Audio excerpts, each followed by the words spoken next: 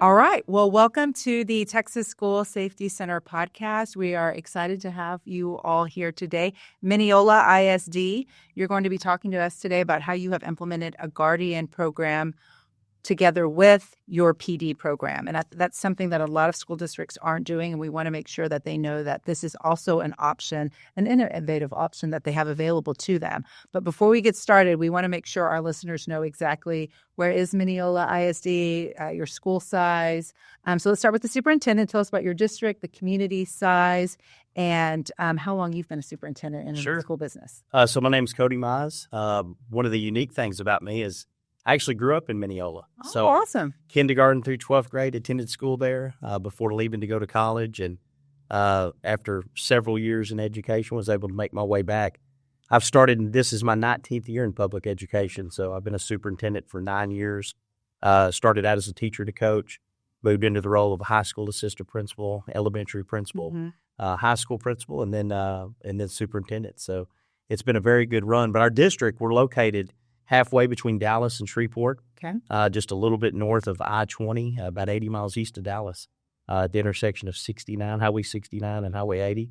We're a 3A size school district. We've got 1,750 kids in the district, about 35% Hispanic, 7% African-American, and the rest Caucasian.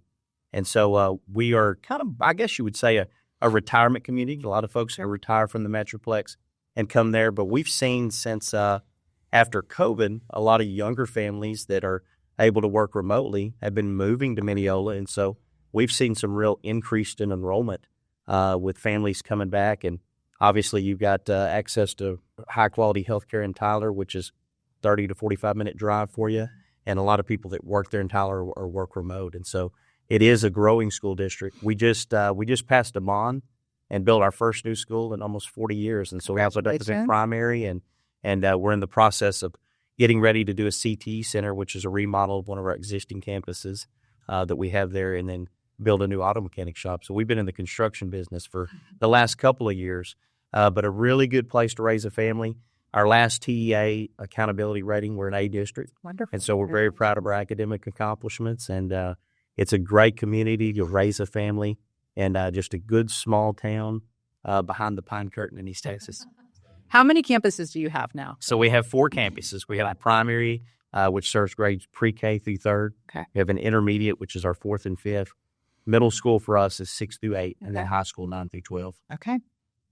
And so you've got 4 schools, 1,750, you said enrollment. And how many staff members approximately do you have? Oh, we got about 250 staff members. Okay. Yeah. Because that's going to be important to this conversation. Yeah, about guardians. Yeah. All right. So, and you've got a police chief? We do. We've got a police department, and the police department started 2019, Chief? 2018. 2018. So they started just a little bit before I got there in January of 20. But since I've been there, we've been very blessed to be able to add 2 officers since I've been there, superintendent. And then obviously the Guardian programs come on board. And so lots of advancements there. They had already done a lot of good stuff on the safety side prior to me even arriving there. But it's been really amazing to see.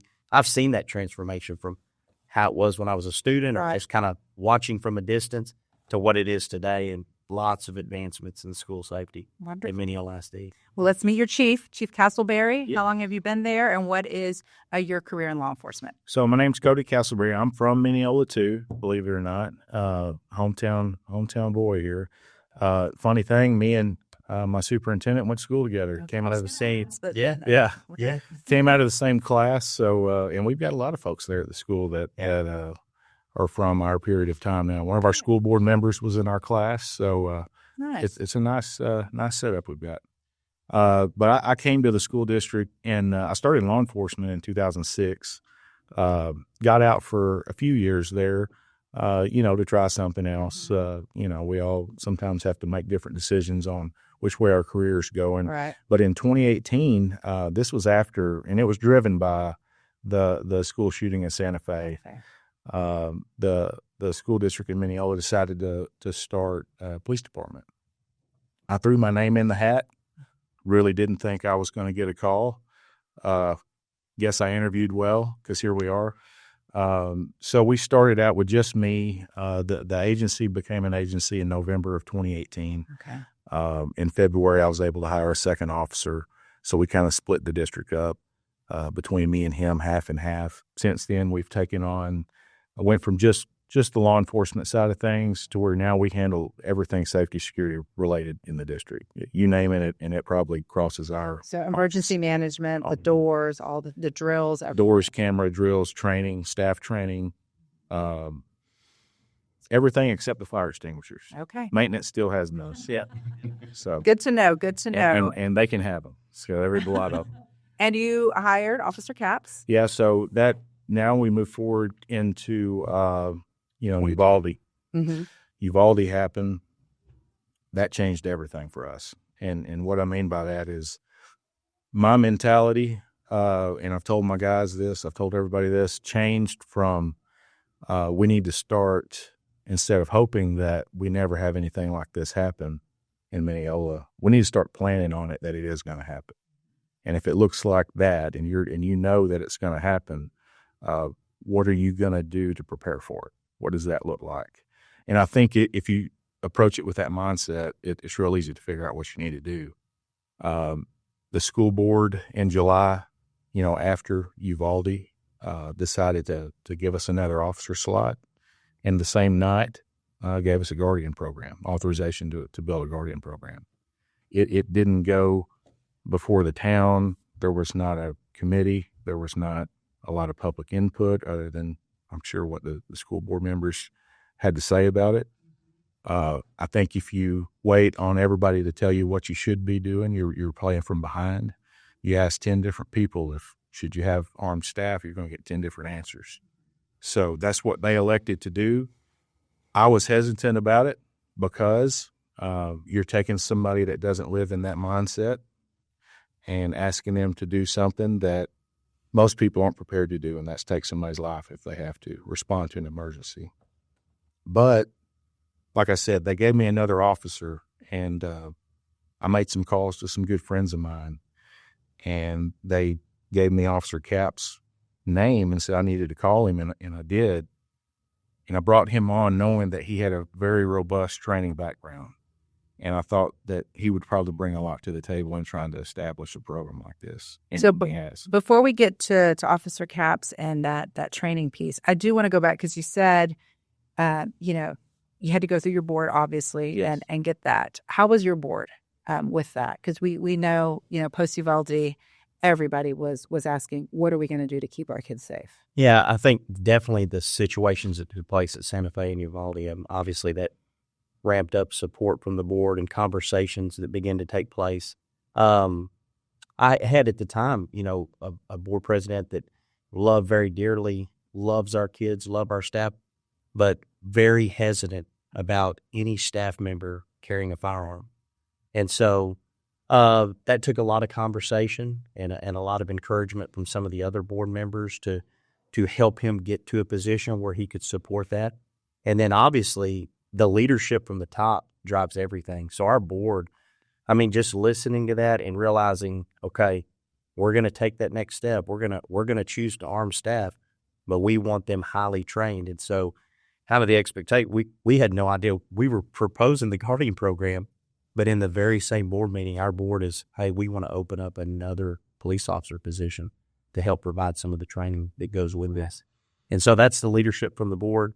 Obviously, where your treasure is, there your heart will be. And so their heart was in the right place we're going to do everything that we can to protect our kids, and we're going to make sure that these folks have the best training that we can possibly get them. So training was really that driving force, right? Because we know these could be educators who don't have that type of law enforcement background. Yeah. That was really the main conversation with your board. Yes. We're going to ensure that they're trained on our protocols to make sure that they know how to respond. And our board realizes too, like safety is the number one thing. And, that's any parent's worst fear that something like that would happen while their child is at school. And so it sends a strong message to the community. We're going to do everything we can to protect our kids while we're there, and we're going to do it the right way. And so our board was very instrumental, very thankful for them when they put all of this in place to make Correct, it work. because you can't do it without looking. Cannot do it without them. No. Okay. A superintendent can't act alone. You have to have the board support. All right. And so please introduce yourself.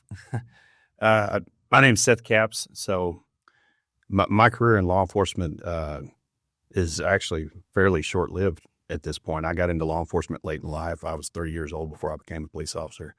My experience prior to that, I started out in the military at a young age, served in both the Marine Corps and the Army for a short period of time in the Army. And then I had a medical discharge that put me back into the real world. And after that, I spent the majority of my time between then in law enforcement in some way, shape, form, or fashion within the training industry, and then the firearms industry as a consultant. I used to consult with different companies around the firearms industry and developing new products and things to help with just different problems that existed and things we were trying to create new solutions to. And one of those being the training. When my wife and I started to build a family, we had a couple of kids. We decided to move back to East Texas. We were living in Arizona at the time. A lot of that industry is oriented around the West Coast. So it gave me access to areas over there where I didn't have to travel as far. I could travel in a day to, Las Vegas or Northern California or somewhere over there and have a meeting or do a training with an agency out in the desert somewhere where we had access to large training areas and things like that. So we moved back to East Texas. I got in with a little training company out of Tyler called Freedom Defense Training. Started teaching some courses for them. Got in really good with those guys. We were all kind of the same mind, came from similar backgrounds within the military and contracting world. That developed into private security. Started doing private security contracting. Had done a little bit of it prior to that, but not near at that level. And then shortly after that, we were really trying in the area. I had done trainings with several different agencies within East Texas that had come out. A lot of times it was just 2 or 3 guys from a department that wanted to get some extra help. Their agency wasn't supporting training. They weren't getting the support from their chief, from their training officer where they were getting. So they were coming on their days off to come and train with us because they weren't getting it. Right. They weren't getting it on the job.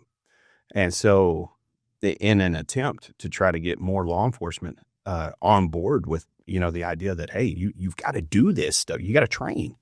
You've got to get out there and get good at your job to be successful out there on the street. There was a night police academy that opened up in East Texas. And I realized that my GI Bill would cover tuition for that.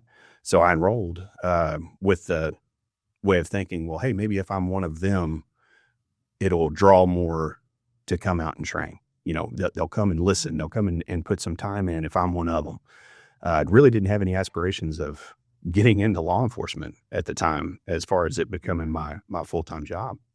And so I went through the academy. It took a lot longer because it was a night academy. Right. The better part of a year going through that every night for 4 to 5 hours a night. And I had to go through it in Sulphur Springs and lived in Lindale. So I was driving, an hour every night to and from to go up there and go to the academy for the better part of a year. Ended up graduating, and at the time, one of the other guys that was offsetting his law enforcement income, working private security for our private security company we established, had become a good friend, and he worked for a local agency there in East Texas and said, hey, man, we've got an opening. Come work with me. Just you try it out. Give it a shot. And so I said, I was at a point where I really wanted to make a full-time transition to something more stable because I was still contracting and consulting on the side while I was going through the police academy. And so I said, hey, this is an opportunity maybe to get a little more stability, not have to travel as much, not have as many question marks at the end of the month for, when a check comes in or and stuff like that. So, and because we were starting a family, we were expecting our 3rd child at that point. And so I said, hey, I'll do it. And I jumped into it. A few years later, this guy calls and says, hey, what do you think about coming and working at school? And I said, yeah, let's go. My wife and I prayed about it, and we felt like it was where God was calling me to be. And so we came on board. All right. Now I got him trapped, and I ain't gonna You've got the kids and everything. There you go. So when you were talking about this Guardian program, right, and you said it was the same night that you also got another officer. So Chief, now you're thinking, okay, now I've got my officers and I've got my Guardians. So when we talk about that, you also had to talk about what are the qualifications, what are we going to screen for? So can you tell us a little bit more about that? Yeah, so it's initially what we had to do. Think about it. You're going to try to arm staff, or at least some of them, right? How do you find out who's interested? It's because it's not like everybody's just willy nilly going around talking about, man, I wish I could carry a gun up here. Right. So we either did a Google form or something like that. You pulled the staff. Yeah, we polled them, and we got a lot of responses. We told them what it was probably going to look like on the training aspect. It was going to be very involved. It'd be physically demanding. And gradually, as they began to realize what was going to be, happening here, a lot of them withdrew from the process. Okay. And we got down to a good core group, pretty small group initially, and we used part of the T. Cole personal history statement, while reinventing the wheel. So we took part of that, actually a good portion of it. Went through the application process. They do a psychological evaluation, and of course, being a small district, we know everybody in each city. So we've already been working with these people. They're not strangers. And then we took the ones that we thought we were going to try to use, and we went through start doing the actual training for the DPS school safety certificate, which it's only 2 days. But it's the only thing out there that's available. So we want to take advantage of whatever's there. That was the first step.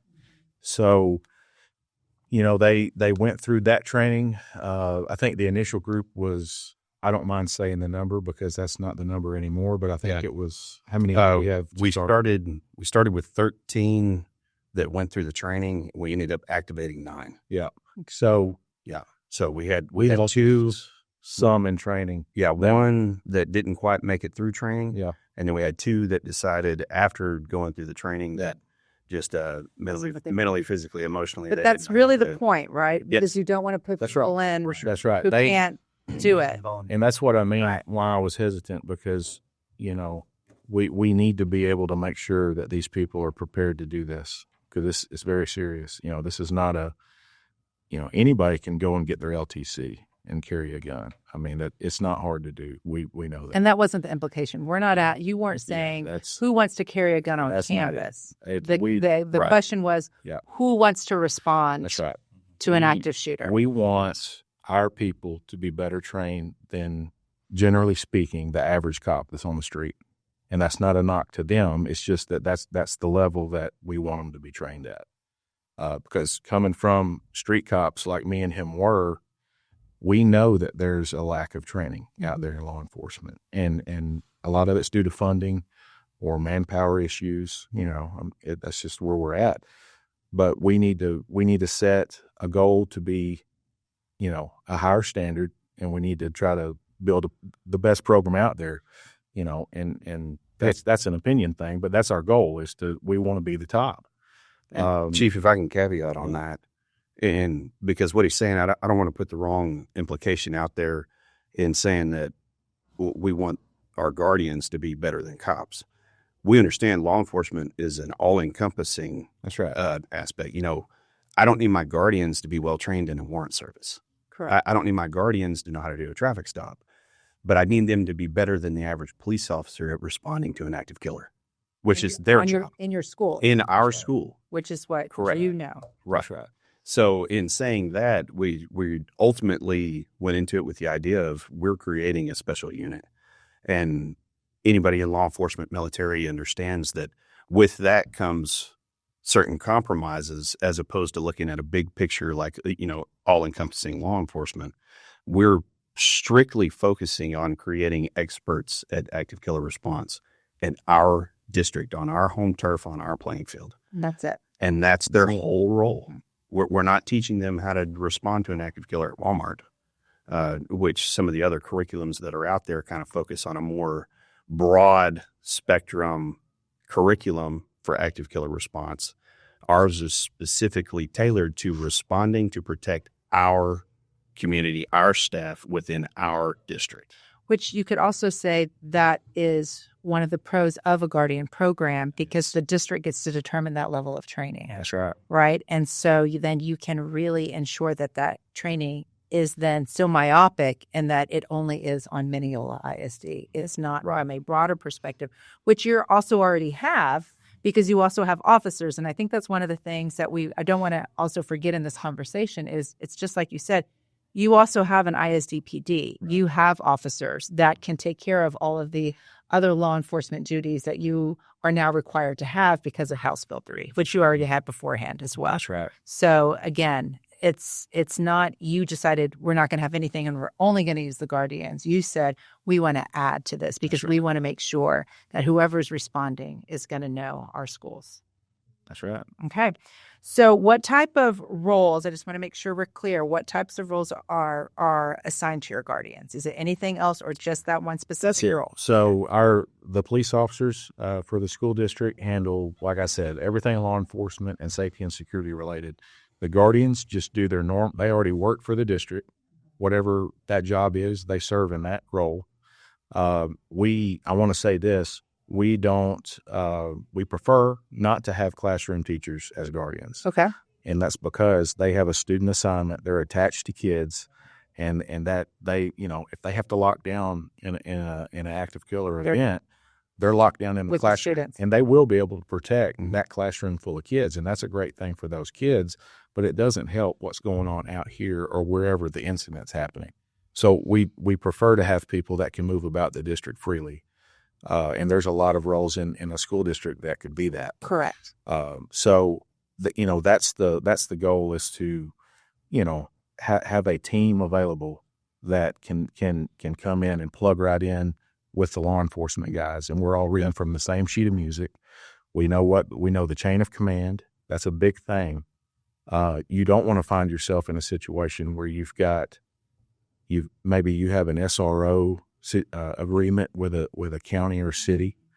Maybe you have private security that also works in the district potentially. We've seen these things happen where you've got different entities working. Maybe you also have a guardian program.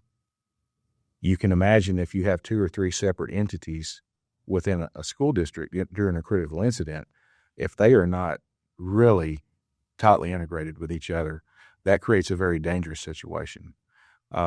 You have blue on blue situations that can happen. And that's not to mention if you have any outside law enforcement come into that and introduce themselves. So the reason why we head up the Guardian program is just that. We all have to be playing by the same playbook here. Because we also know that seconds count, right? Even if you were to call outside law enforcement to come in, that we know that seconds count. But as far as roles, they don't have. There may be a situation where, a school always has things happen where you could use a little bit more presence just to be sure, and it doesn't always have to be a uniform presence. Right. We do bring in outside, uniformed officers or security officers when we need that uniform presence. But if we have information that maybe there's a law enforcement event going on down the street or whatever, we can communicate with our guardians that are available to move over to a certain area just to have more guns in that area right there in case something happens. And we don't just train our guardians in marksmanship. They're trained in the full spectrum of emergency response. So they are an extension of us. So let's talk about that training because we've talked about how y'all are very extensive in your training.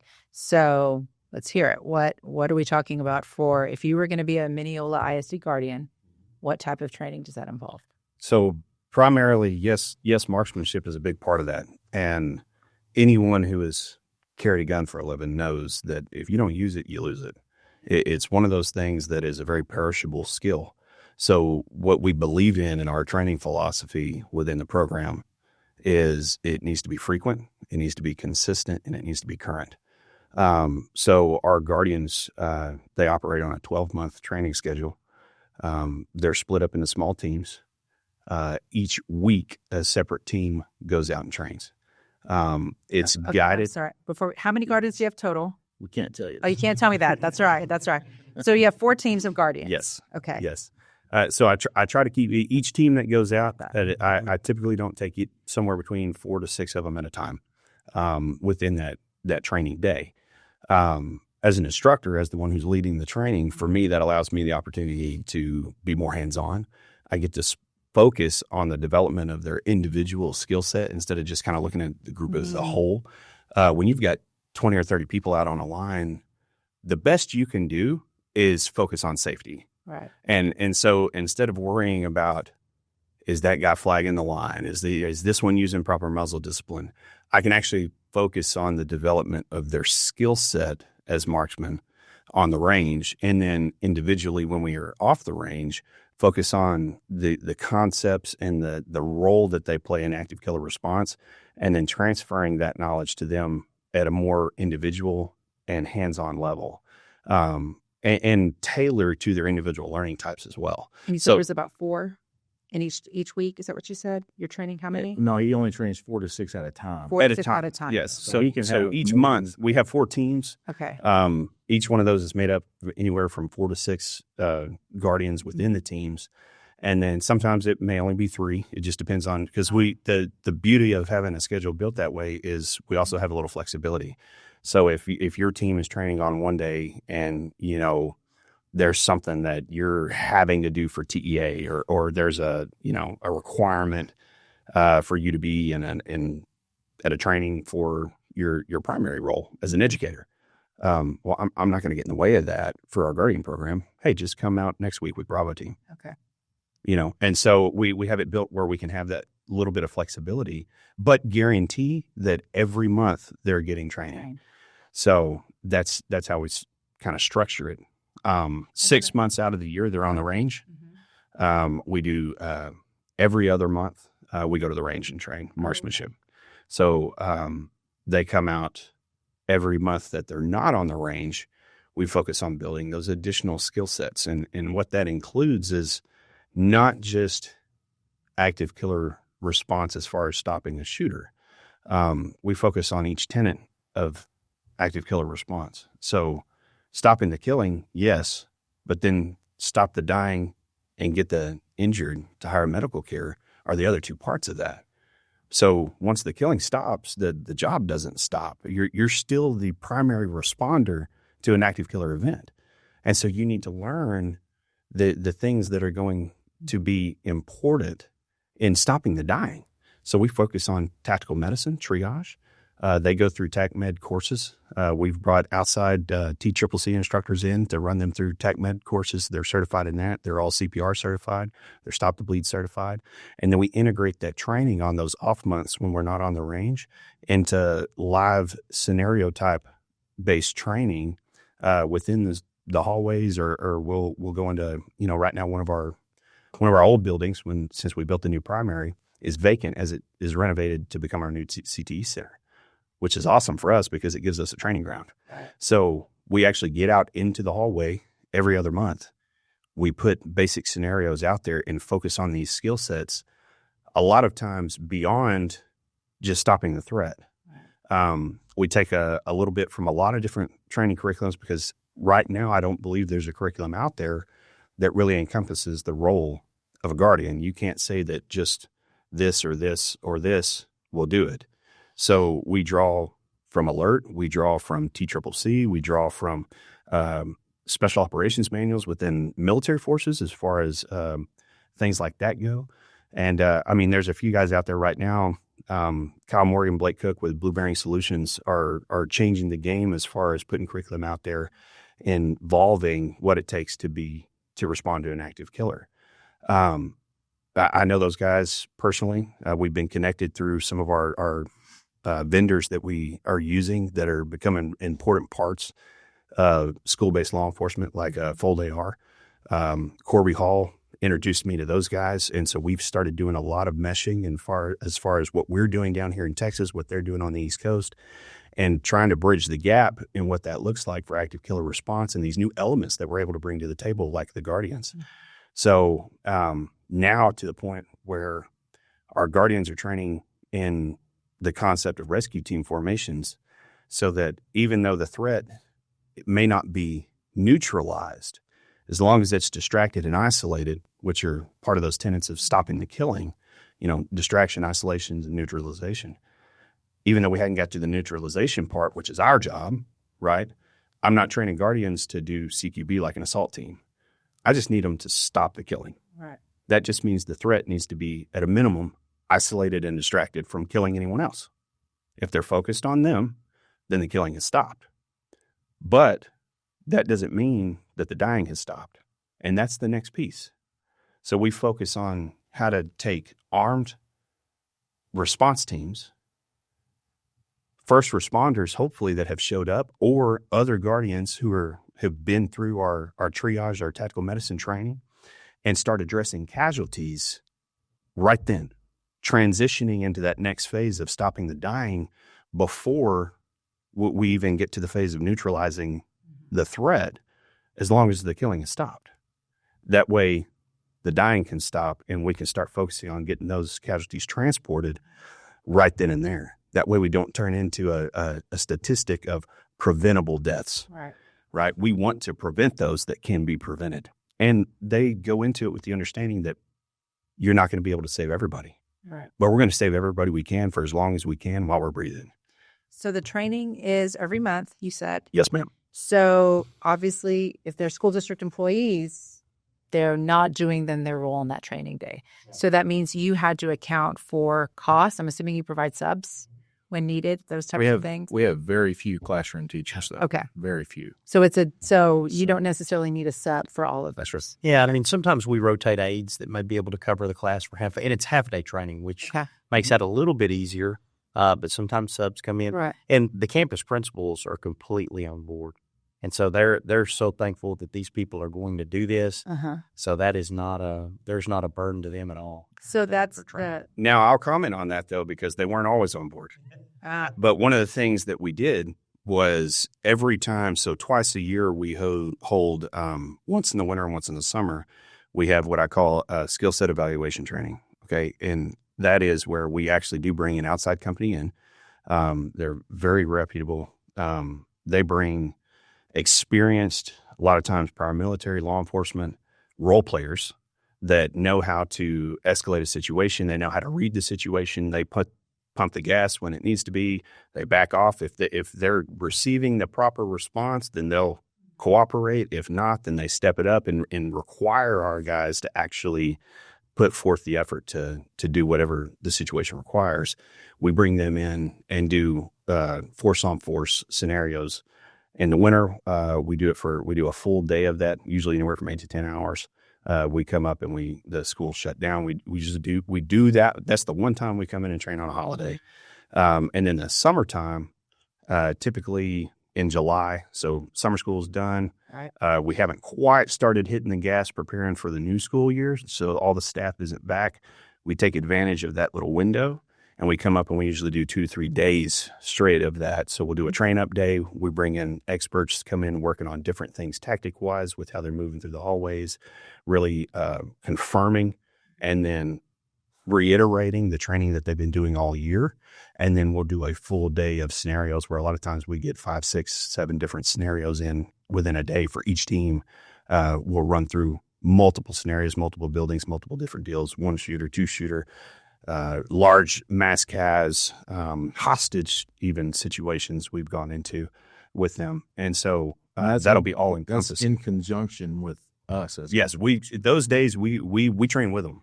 So all of that is integrated. When we pull those together and we bring those scenarios in together, it's integrated with also our ISD police department responding. And then on top of that, we have several things on the schedule for this coming year, but at least twice in the past, we've also brought in first responders that are local. So our fire department and some EMS who have also got into that training with the Guardians and them kind of learning how to react and what these Guardians are capable of and what their role is going to be when they get there, especially in these rescue formations. Our to the point where our fire department now has gone out and purchased body armor and put them on the trucks for all their guys who are willing to go in and jump in the middle of one of these rescue team formations with these guardians and go get casualties.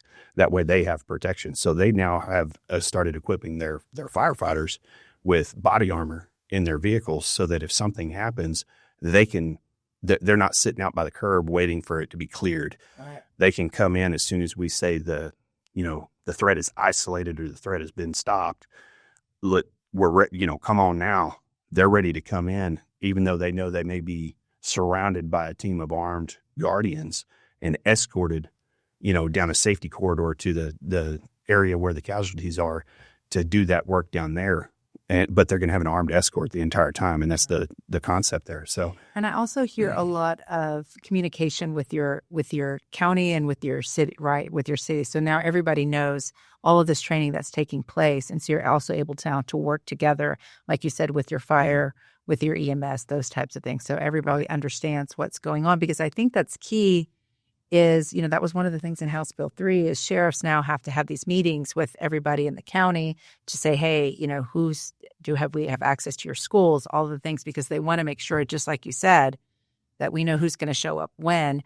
But by offering these trainings, you're also making sure that other people also know y'all are doing the training. Y'all are taking care of this. Y'all are ensuring that whatever the response is, you're going to communicate with all of those first responders and let them know how you're going to be staged and ready to go. right. I mean, I think that's key, right? Because we want to make sure any response, because you will have in the event, you will have outside people. It looks different everywhere at every school district, and depending on where you're at in the state, what the manpower looks like that's available in that area and the level of training that those the manpower that's there has had. So, we're not in a, very highly populated area. Mineola has around 5,000 people in it. The county has around 45,000 people, So you're not talking about just a ton of cops that are on the street during a day at any one time. And in a lot of cases, the cops that are at work that day probably are in some type of administrative role. There's not many of them that are on the street. I mean, that's how law enforcement the facts of how it is. That's how it is. Right. And in most places, Well, especially if you start looking at specialized units, which, SWAT or something of that nature. We don't have anywhere local that's got full-time access to us. Well, our county has made great strides in developing a well-trained tactical team. They're doing some good work down there. But the thing is we feel like with what we've implemented at Mineola, that we kind of had to establish a game plan on what that looks like when outside law enforcement does show up. And so I'll tell you how we handle that. And I'm not saying it's for everybody. I'm saying that's how we are established. So, we're in control of the access control system. So we make law enforcement ID cards for the officers that work during the day, because we know them. Right. We know these guys. And they're welcome to come up anytime they want to, if they want to walk through a school, right, or whatever. But the thing is, I make them sign a policy on how those cards are to be used. And one of the things in that policy is, during a critical incident, they do not come in our buildings without contacting us first. And that's because we don't want a blue-on-blue situation. Yeah. With the manpower and firepower that we have, it may not be that we need them in the building. That may not be where they're best utilized. So it's important that we set command up immediately, as soon as possible, to start directing these resources as they arrive. And it may be that we do need them in the building. I mean, there may be a call for that, but we don't want. And the other thing is it's going to be hard to get in the building anyway unless we gave them a card. True. Everything's locked. Everything's locked. That's right. There's window film on the glass, right? Mm-hmm. I mean, it's going to be tough. Right. But those are measures to ensure that clear communication. That's right. So that we all know who's doing what. You may get an officer that responds who is fresh out of the academy and doesn't have any training hardly at all, except the bare minimum was right in the academy on how to respond to these things. He is not going to be as well equipped to handle a situation like what he may find in that school as our people are. And that's by design. I mean, that's the level that we want our people at. So, but at different schools, you're going to have, that may not be the best option forever school out. But I think what we need to be very clear about, and this goes back to you, Superintendent Mize, is the law gives you that local decision to that freedom to make those local decisions on how to best do that. Sure. Right. And so, just in someone who serves the state, no community is the same. Not everybody has the same number of staff, the same level of resources, the types of resources. And so I would imagine your board now, in hearing the level of training that's going on for those guardians, are very pleased with how you've taken that thought process of we're going to give you a guardian and another law enforcement, and how you've evolved that now into a system where you have now more than, how many officers do you have? We have 4 officers. You have more than 4 officers that are going to be able to respond and know the Mineola ISD protocol. Yeah. And they're going to know what to do. And I think on the training side of it, too, you kind of hit on that. I mean, just how much the training has evolved as far as being an observer, watching a force-on-force scenario, what's learned from the very beginning to how much it's progressed now, and how much better those guardians and officers have worked together. Simple things like communication, responding to the threat, how you're talking on the walkie-talkie. Right. As you enter the bit, how important that is, and what you're saying, and where you're at, and who's talking on comms during that time. All of those things have evolved over time to really make it a quality program. And it only gets better as more training goes on. And so I'll also say this about the training piece. We have brought in, and this is a credit to Officer Capps and to Chief Castleberry, the people we bring in are outstanding teachers. So Ray Barrett at Freedom Defense initially helped us with the training for he's an amazing teacher and just very patient. And a lot of times you don't, it's you don't get that in that world. He's just a great teacher and very patient with our team and works well with them.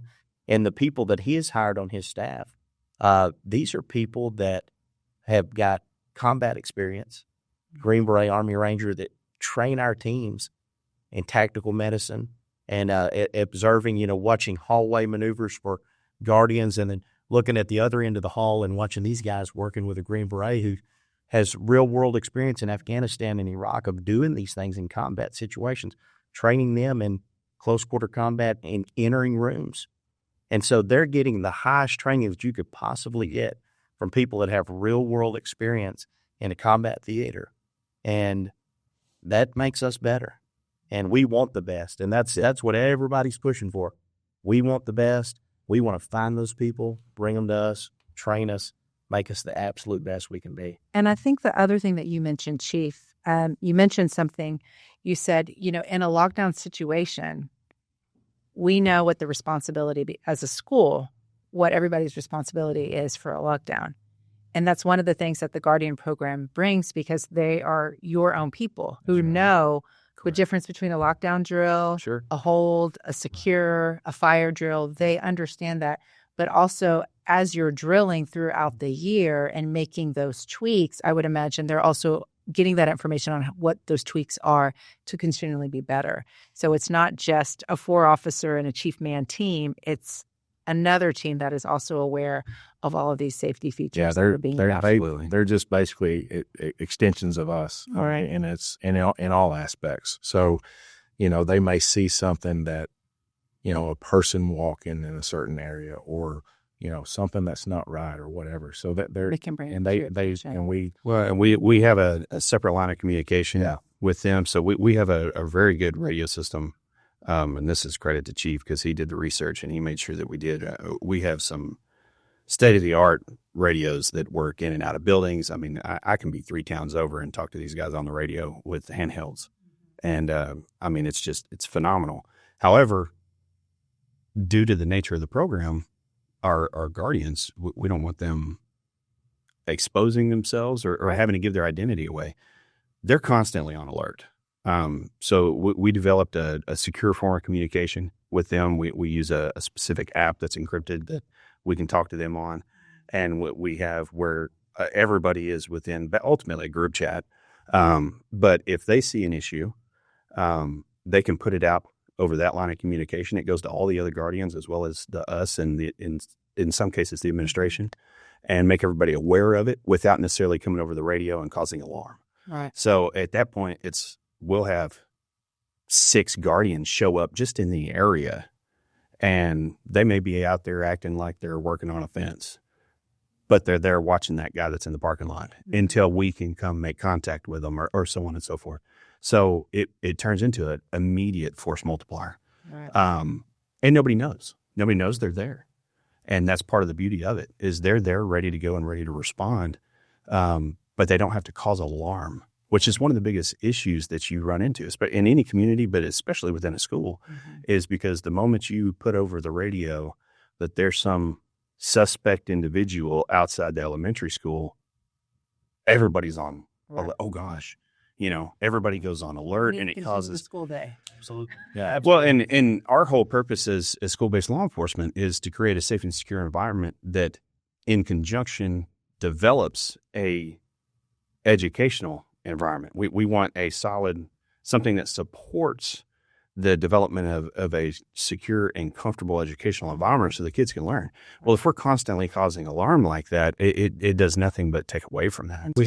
We had a coach at the high school come to us, and they had gone to play, was it volleyball?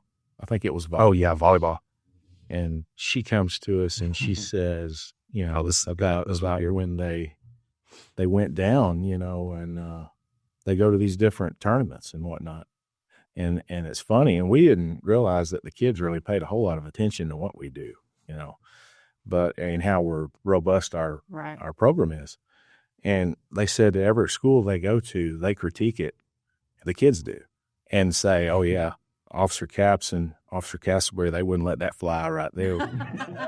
But the kids are giving that feedback to the coach. Mrs. Williams believe what are they doing there? Yeah, Coach, did you see that? They just left that door wide open. Yeah. That's good. That's good. So that made us feel good because we're like, okay, well, maybe they are paying attention. There was another time we had the incident where there was a social media. It was one of the hoax threats everybody was dealing with a while back, and I had one of the students at the high school that it was in a passing period, and he'd come up to me and go, Officer Capps, did you see this mess they're putting on Snapchat? And I said, yeah, man, I saw it. And he starts laughing. He goes, they picked the wrong school if they think they're coming up in here. But laughed it off and then went to class. But you could tell he felt comfortable. He felt safe. He didn't feel like, even though this had turned into a big deal on the news and in the social media, our students felt safe where they were, to the point where they were laughing it off, saying, yeah, they're going to find out if they come in here. But what we realized, though, that same incident was that we hadn't necessarily done a real good job at advertising to the community and the public of what we had established. Didn't really ever think about it, Right. And I told the superintendent, I said, well, I think if the parents and the general public knew what our preparations were and what we had available to us up here, when these things do happen, these hoaxes or things that you see on social media, they wouldn't be as worried about it. So we started a social media campaign and a website campaign and building out a real robust communication platform to show what we're doing. Right. And which is a lesson learned, right? Yeah. A lesson learned. Yeah. But I also think that student feedback, if they're able to now critique another place that they go to. And that's not to say that we do everything perfect, because I'm going to tell you right now, there's not a day that goes by that we don't find something that we're getting wrong, or could do better, or could improve. But it's nice to know that, at least the kids are tuned into that stuff. So, and I think that's always good, that growth mindset and that continued improvement, because I'm assuming the program looks a little different now than it did. You could say 2 years. Yeah. So at first it was tough because we had to take people that had never even thought about this stuff before, and we had to fast track them to be ready to deal with a critical incident or active killer on day one.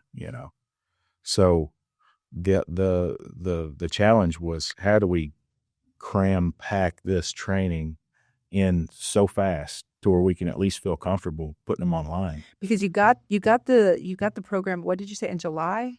The board approved it in July, And you were ready to go. but I want to say we had some weekends so at school, didn't we? Yeah, we had run the board approved the position in the program right there at the beginning of July. Yeah. Our first certification course we ran the last week of July. Right. And then we were putting Guardians online the first week of school. We fast. So it's different now today. Yeah, years later. That was a startup. We had to. You got to start somewhere. Right. But that was also the post-Uvalde summer. That's right. Absolutely. Right. So we're We're within 90 days at this point of Uvalde. yeah. So it was just like the rest of the state, in which we saw with some of the mandates that came post Uvalde and things like that ultimately kind of ended up as knee-jerk reactions. This ultimately was that to some degree. I mean, in a perfect world, I would put Guardians through a 6-month training process before we ever brought them online. Sure. And since then, our entry process has become more robust as well. That basic certification course is just a start. They then also have to go through marksmanship training as well as attend one of our skill set evaluation trainings. So we as we schedule that, we'll schedule a certification course for the beginning of the summer so that they will be at that skill set evaluation training the second half of the summer, and then also get at a minimum one range day with personalized marksmanship training before we ever think about putting them online. And typically we won't activate Guardians until after that August or September board meeting, which is when they'll go for board approval to be activated. So they'll have been through all of that training throughout the summer and then the first couple of months of the school year, and then we'll come online typically in that third quarter, first semester of the school year, but not the beginning, right. Not the first week of school. So that process has developed over time as well, where at a minimum they have a basic understanding of our operations, our standard operating procedures, what their role is, and also has given me the time to kind of tailor to their needs as far as marksmanship go. And to the point where a lot of times I'll find times where if we've got new ones that are coming on board, I'll take them out one-on-one. And as an instructor, when you can get somebody one-on-one, I can do in 4 hours what may take 4 training days in a large group. And so you can speed that process up by being able to be focused only on them, right, and get them moved a lot further and progressed a lot faster as long as you can. We saw a huge improvement. So we were initially, we scheduled 6 full training days a year. That included everything from range training to force on force tactics, all that stuff. What we found was that inadvertently it was something that would always happen. We even had weather snow us out one day. And the problem was we were utilizing either school holidays or, a staff development or whatever. And so if we lose that day, there might not be another one for 2 months that's available because, they're doing it for essentially free. We give them a small stipend, reimbursement is generally what I would call it, but they're basically doing it for free. So we really don't want to encroach on their weekends or time off. They're already busy, right. So we saw that missing the training days wasn't going to work, that we weren't going to be able to have the standard where we wanted. We want them qualifying at 90% or better, which we do 4 times a year.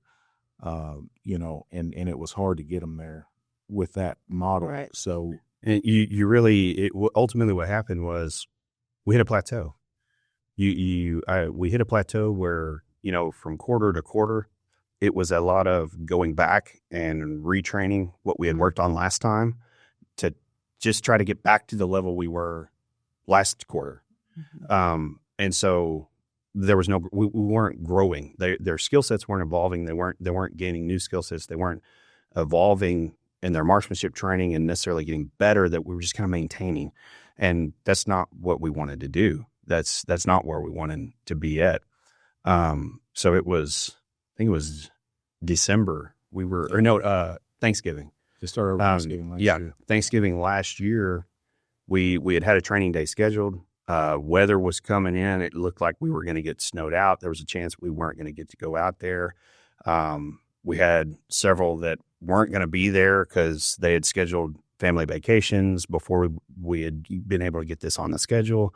Because we have to, just like anything else. I had to get a range locked down. Before I could tell them, hey, this is the day. Yeah, right. Sure. Right. So I can't give them a schedule in January necessarily. Well, now I can. We've worked through it, but at the time, they'd had a family vacation scheduled for better part of a year, and they're like, man, we can't cancel. And I'm like, no, you can't cancel. You got to go. We can't afford to miss them at the training. Right. So it So was coming up with a new plan. that holiday. I can remember I was walking down my driveway, taking my trash cans to the road after Thanksgiving, and it had been rolling through my brain this whole time. I've got to come up with a better idea, and our current model, I don't know how to really. And the current model is monthly. The monthly, yes. The current model just kind of, I don't know. It was one of those where I had an ADHD moment and started jotting a bunch of stuff down. I called him, ran it by him. He goes, call the boss now.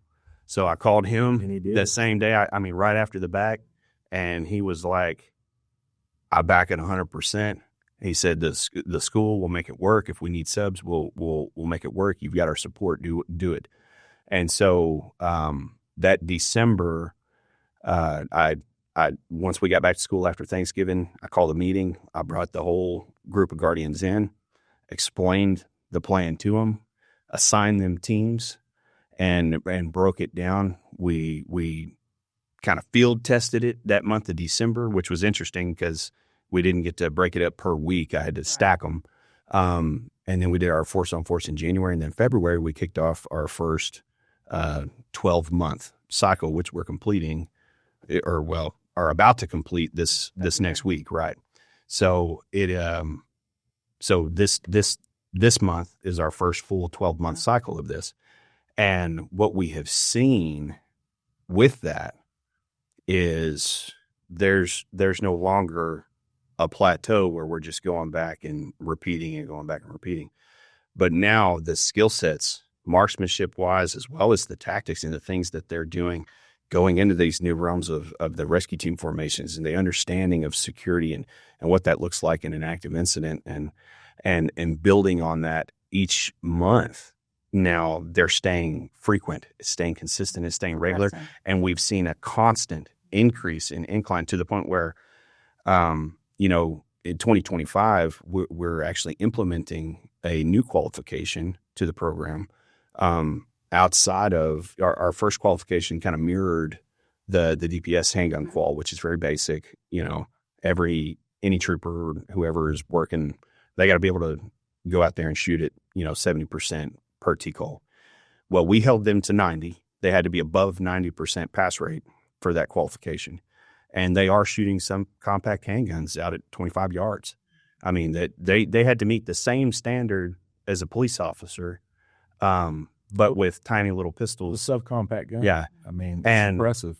And they're doing it from concealment, not from Right. a duty holster. So, but they were held to the same standards, the time standards and everything for the drills they were required to do.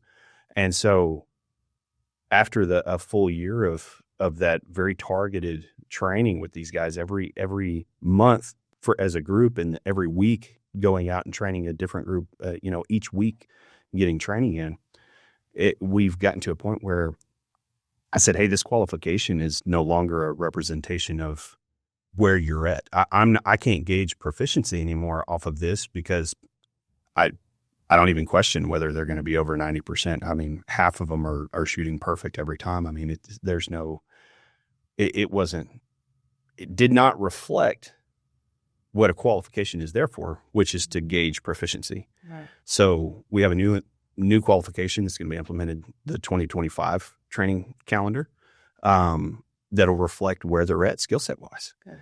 And, it involves moving and shooting. It involves several other aspects of what they're doing because their skill set and their level of proficiency has just consistently inclined.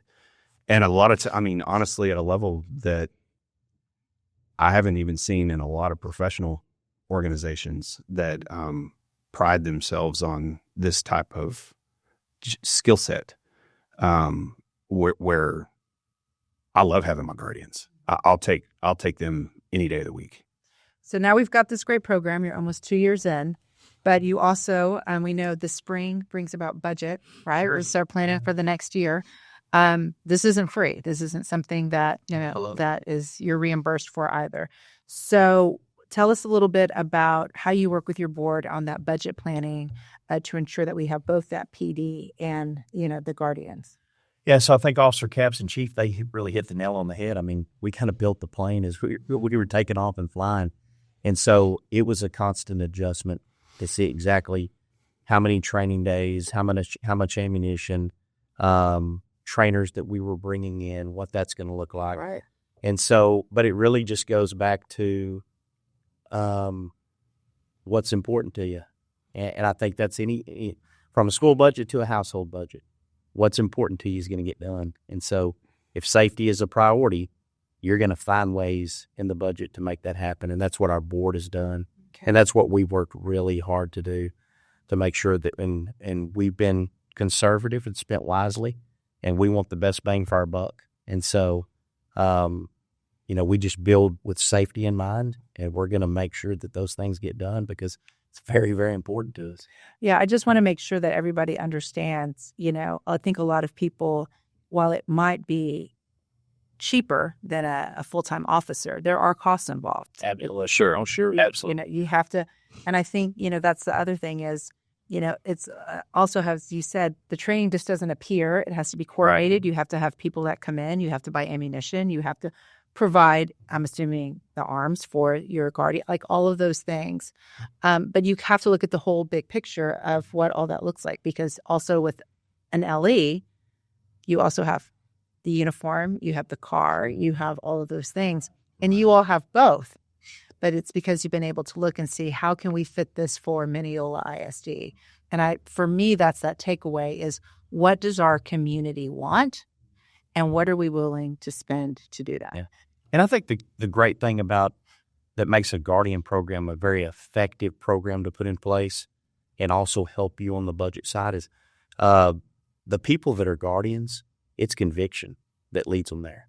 We talked about it's a stipend of $600 a year for the guardian, and that covers the cost of their initial firearm purchase, which in our case, which our administrative regulations, a Glock 43, a Glock 43X, or Shadow Systems weapon that's in our regulations that they'd have to purchase. Right.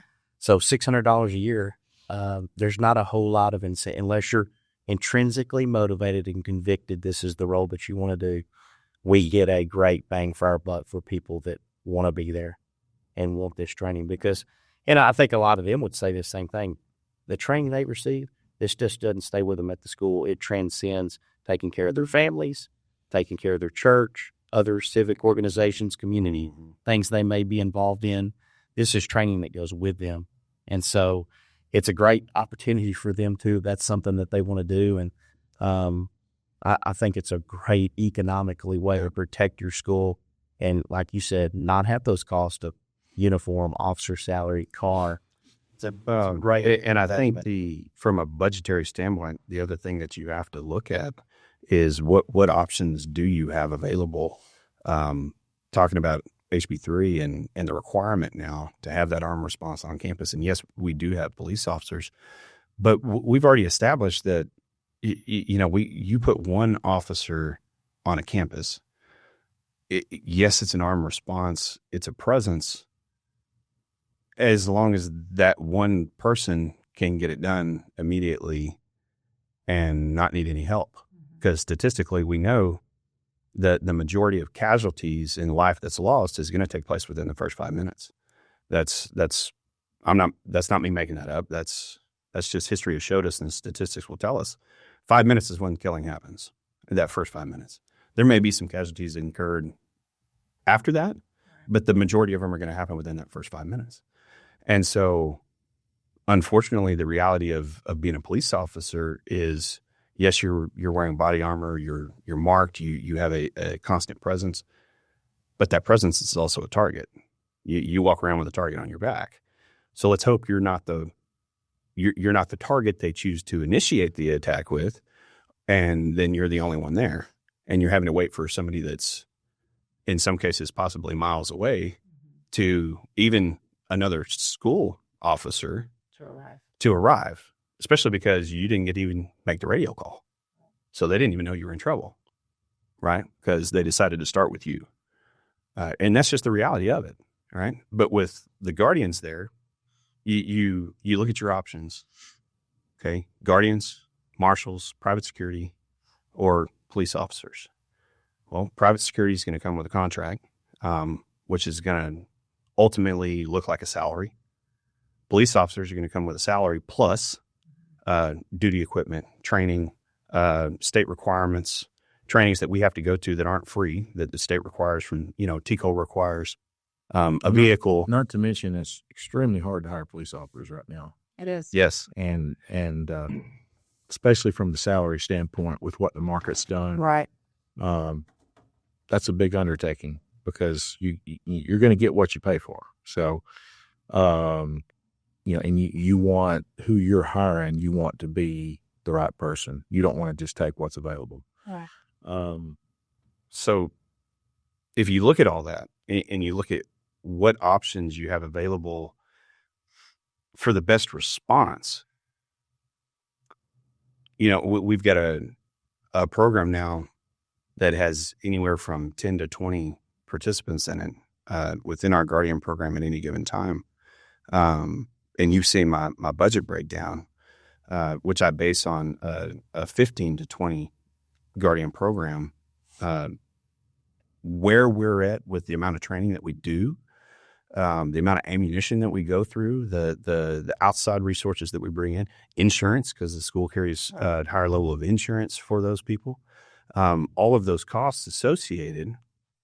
And you're looking at an annual cost that's going to drop to about less than $2,500 per person. But you have a force that's the equivalent of an entire department in a fairly large size town or city, within the walls of your school, capable to respond within that first 5 minutes. I'll say this though, and it would be a lot more than that if the school district didn't have somebody on staff already that could run that training. All right. So in our case, Officer Capps here, if we didn't have him or somebody to head this program up and facilitate this training for us, that's going to substantially increase that cost because now you're going to have to bring somebody in and pay them. But it would also substantially, I think, also increase your risk because you now have a coordinated approach to working with your guardians and that training. Well, and that's one of the reasons, although currently we're an outlier as far as having ISD police as well as a Guardian program. One of the reasons we believe that becomes best practice is because at that point, then you are able to have people with experience, and he's blowing me up like this is all me. Every one of our officers is involved with these guardians and has a piece to say, right? But I'm not the only one out here who knows how to do these things or could learn, right?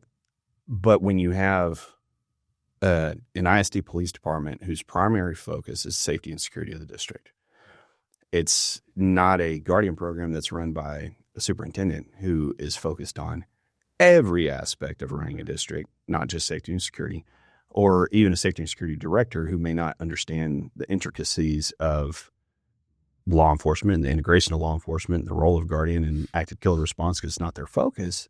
They're focused on a budget line item for, cameras or controlled access or whatever it might be to meet, TA's new mandates or going through a DVA or emergency operations plan, right?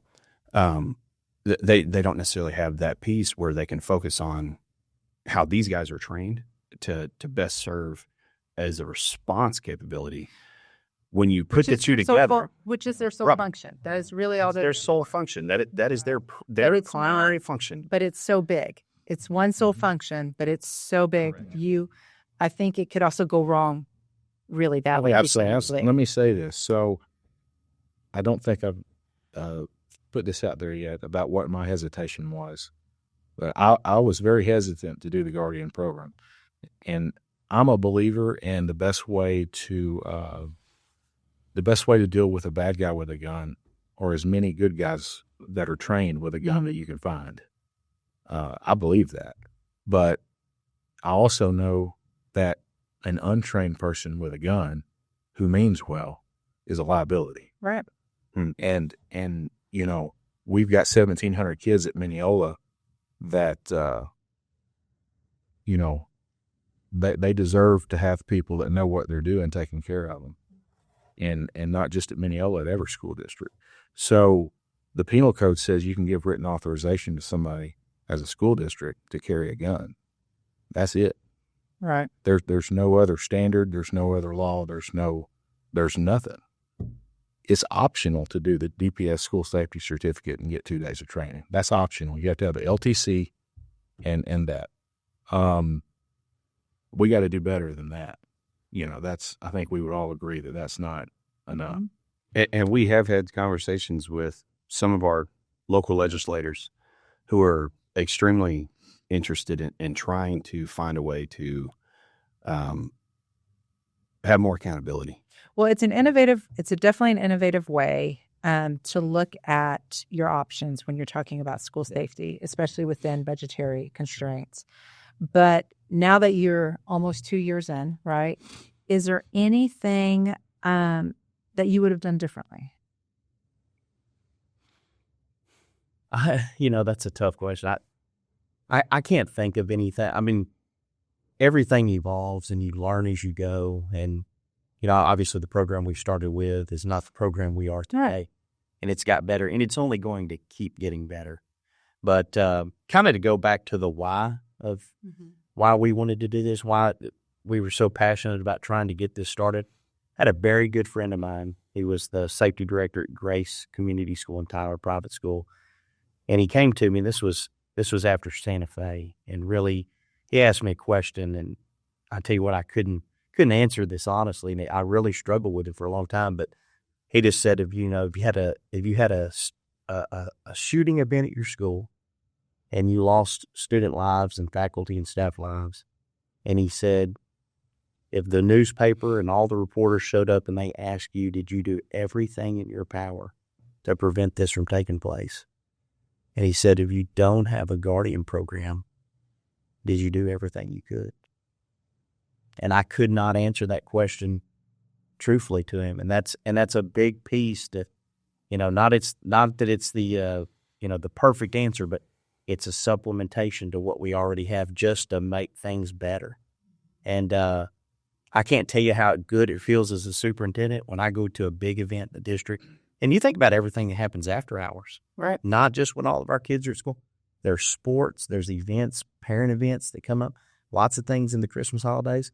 It feels so good as a superintendent to walk in and I see one of our officers that's there. But then I also look around and I see, okay, there's 6 or 7 in here that they're ready to go too if something happens. And they're very equipped to respond. And that just makes me feel good. The public sees the officer. Right. The public and the families don't know who those people are, but I do. And that makes me feel really good as a superintendent that we are at the forefront of being as safe as we possibly can for our kids to be able to stop evil if evil ever presents itself at our school. So on that note, if there are other superintendents or other chiefs that are interested in hearing more about this, is that something that you'd be willing to meet with them and share with them? So this is our way. It's not necessarily the way. There are many ways to do a lot of things. Right. So we're not presenting this as the only way you can do it at all, or that it's the best, or that it's, anything other than what it is. But if anybody is interested in what we've done, Officer Capps, he develops, written curriculum and training plans for this program. It's put together just like anything you would find in law enforcement as far as training curriculum. And we'd be glad, and we do share. We've shared with a lot of people all of this stuff, and you could take from it what you want and you customize it. It's I'm proud of him for developing this the way he has, and I'm super proud of Mr. Mize and our school board for allowing us the leeway and the finance to be able to do it, because that's when you're turning somebody loose to develop something that really doesn't exist anywhere else, that could make you nervous. You got to have some trust there. And I'll say one thing on top of that: superintendents, police chiefs, anybody who's interested, my information is readily available. Reach out, and I'll be happy to share the ups and downs, how we've gone through everything. We can only touch so much as we sit in here. But I mean, my phone's always on. My email's right there. I'll share everything. This is the other thing, and we're not trying to keep any of this secret. We're very open and very transparent about everything that we're doing, everything that we've done. I'll share lesson plans. I'll show it all. Okay. But what I will say, one more on top of that, outside of police chiefs, superintendents who are interested in this, as Kyle and Blake at Blue Bearing, our partners at Volt AR, as the industry involving safety and security is coming together, and these people that we were working with, guys like Freedom of Defense, on the forefront of this, trying to implement these types of programs and standards within these programs. I will put this out there as an open invitation and a call to action. If we have legislatures who see this, who are interested and recognize that we do need to establish standards behind these type of programs because of the advantage they bring to our schools in safety and security, please call me. Okay. Absolutely. Please call me. Yeah. That's good. I will come to Austin if I have to meet with you. I will bring you the playbook, but please call me. It's important. Okay. Well, we want to thank you all for coming and sharing how you all have worked to improve your school safety posture, specifically to Mineola ISD, but also for the invitation to any school district in the state of Texas, knowing the very specific laws that are involved, the EOPs, mandates, the DVAs, everything that's going on. We know that you understand the importance of combining it all to ensure that you can meet the needs to keep your school safe. So thank you so much for being here. And Thanks for having me. we're going to make sure that all of your contact information is at the bottom of our webpage so they can reach out to you. Thank you so much. Absolutely. Appreciate it. Thank you.